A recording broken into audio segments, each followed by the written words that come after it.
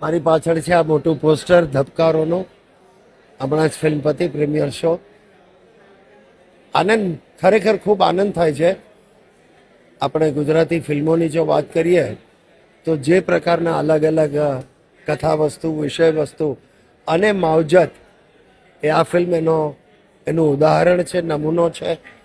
અભિનયથી માંડીને દિગ્દર્શન, ડીઓપી એટલે કે ફોટોગ્રાફી, બધું જ કેટલું સુંદર કક્ષાનું. અને એટલે ખરેખર ગૌરવની બીના છે આપણે માટે, ગુજરાતી ફિલ્મો માટે, કે આવા વિષય વસ્તુ સાથેની ફિલ્મો આપણે ત્યાં બને છે, આટલી સરસ રીતે બને છે.